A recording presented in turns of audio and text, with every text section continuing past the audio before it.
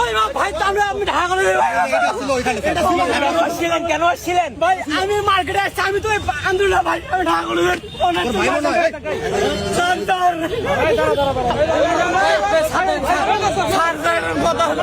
আমি দেখাচ্ছি স্যার, এটা কোনো কথা হলো না ভাই, মারছে ভাই।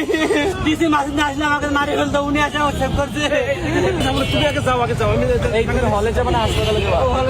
ও আমার সাথে এখানে আমাদের ছেলেবেলা যারা হচ্ছে গাড়ি আটকে দিচ্ছে, ওরা মনে করতেছে এও মনে হয় ওদের সাথে নেই। না না, আপনাদের